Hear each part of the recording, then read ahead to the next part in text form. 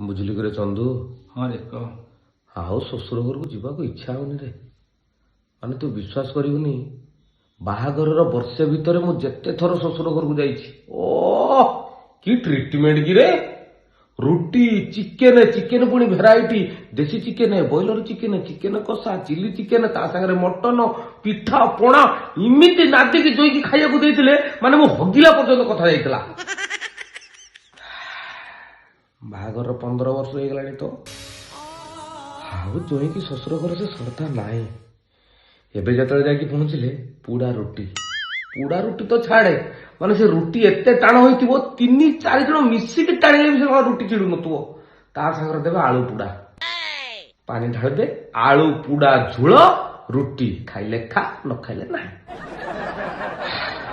हाँ रे मोर भी ससुर को जीवाक इंटरेस्ट ना शाड़ीटा थिला जीवाक इंटरेस्ट होता हे बाहगला आउ ससुर प्रति ममता छाड़ीगला।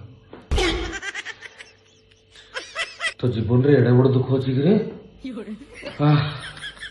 एत दिन पर्यंत छाती भर चापिकी रखिलु, आज कहीदेलु तो मन टा हल्का लगे पूरा। अरे तो शाशु शशुर को कहलु ना आम कौन व्यवस्था करते।